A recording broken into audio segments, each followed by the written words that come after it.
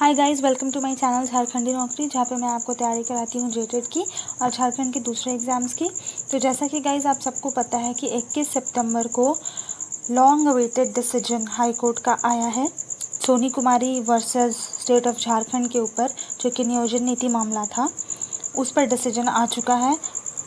और डिसीजन में ये आया है कि 13 ज़िले जो रिज़र्व थे उन सबकी नियुक्ति रद्द हो जाएगी और फिर से नियुक्ति होगी, और जो 11 ज़िले थे जो कि अनरिजर्व थे उनकी नौकरी रहेगी, और जिनकी नहीं हुई अब तक नियुक्ति उनकी भी हो जाएगी। और इसके अलावा बाकी किसी वैकेंसी के बारे में कुछ भी नहीं लिखा है, यानी वो सब जो है सेफ़ है। केवल इस वैकेंसी पर हुआ था केस, इसलिए इसके बारे में ही निर्णय दिया गया है और बाकी किसी चीज़ के बारे में नहीं दिया गया है। हाँ, ये चीज़ है कि जो नियोजन नीति है उस पर आगे से कोई नियुक्ति नहीं होगी झारखंड राज्य में। तो दोस्तों, सबसे पहले हम लोग बात कर लेते हैं कि नियोजन नीति थी क्या, जिनको नहीं मालूम है उनके लिए। इसमें मैं ज़्यादा वक्त नहीं लूँगी, छोटा सा वीडियो बनाना है मुझे, लेकिन मैं शॉर्टकट में आपको सारी बातें समझाने का प्रयास करूँगी।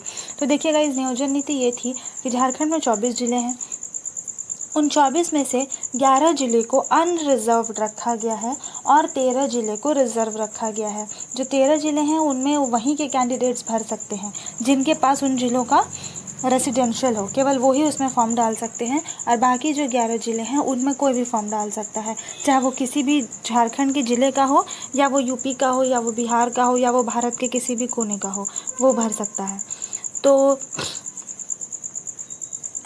इस पे जो है वैकेंसी आई थी 2016 में, जिसके आधार पे काफ़ी सारी नियुक्ति जो है हो गई। 2019 में, पिछले साल जुलाई में काफ़ी सारी नियुक्ति हो गई, काफ़ी सारे सब्जेक्ट्स की हो गई और कुछ सब्जेक्ट्स की बची थी। तो अब जो है सोनी कुमारी ने इस पे केस कर दिया कि वो 13 ज़िले में वो क्यों नहीं भर सकती हैं।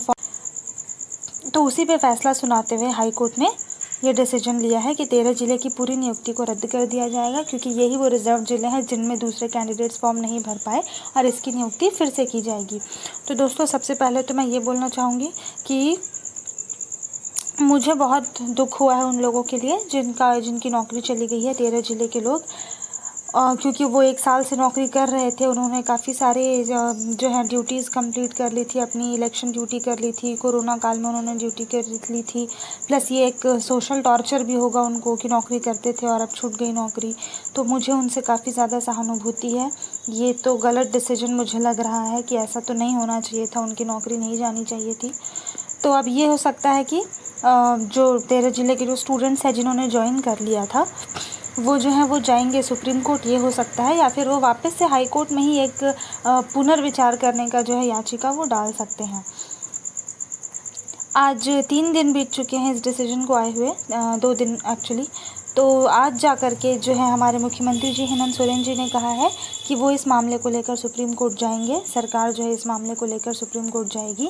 और वहीं रघुवर दास जी के साइड के लोगों का कहना है, हमारे जो पहले राजस्व मंत्री थे अमर बावरी जी, उनका कहना है, और बाबूलाल मरांडी जी का कहना है कि नीति बिल्कुल सही थी। प्रेजेंट गवर्नमेंट जो है, हेमंत सरकार, उस नीति को डिफेंड नहीं कर पाई, ना करना चाहती थी, क्योंकि वो नई नीति बनाना चाहती थी।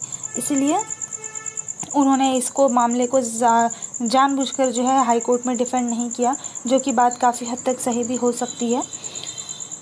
तो गाइस, ये थी नियोजन नीति की पूरी स्टोरी। अब जो है नियोजन नीति बिल्कुल पूरी तरीके से खारिज हो चुकी है और 13 ज़िलों की नियुक्ति भी खारिज हो चुकी है। अब ये लोग सुप्रीम कोर्ट जाएंगे और वहाँ से ही पता चलेगा कि इनकी नियुक्ति रहेगी या फिर जाएगी, या फिर और क्या इस पर डिसीजन आता है। फिलहाल के लिए दूसरी नियुक्तियों पर इसका कोई असर नहीं है। पंचायत सचिव की नियुक्ति एज इट इज़ रहने वाली है, एक्साइज कांस्टेबल का भी नियुक्ति एज इट इज़ रहने वाला है, स्पेशल ब्रांच भी, और बाकी जो भी इसके पहले हुई हैं वो सब भी, और एक नियुक्ति है कोई एएनएम की, वो सब भी, जो कुछ भी जैसा है सब वैसा ही रहेगा। डिसीजन हाई कोर्ट ने केवल इस नियुक्ति पर दिया है। और सीजीएल भी जो है वो भी इसी पत्रांक पर बेस्ड था। तो अभी देखना है कि सीजीएल के लिए गवर्नमेंट क्या प्लान करती है। ये भी हो सकता है कि वो एक नोटिस निकाल करके सीजीएल का एग्ज़ाम कंडक्ट करा ले कि अब वो जो है 5838 पत्रांक पर बेस्ड नहीं है, या फिर हो सकता है कि पूरी तरीके से पूरा नया नोटिफिकेशन निकले जब नई नीति बन जाए। और इस सबसे पहले तो हमें ये देखना है कि अब नई नीति क्या होती है, हेमंत सरकार की नई नियोजन नीति क्या होती है और कब बन कर आती है, क्योंकि अब जब तक नई नियोजन नीति नहीं बनेगी कोई वैकेंसी झारखंड में नहीं आने वाली है। और अब इसे बनाने में वे कितना समय लेंगे ये देखना होगा हमें। तो इस वीडियो में इतना ही, मिलते हैं अगले वीडियो में। धन्यवाद।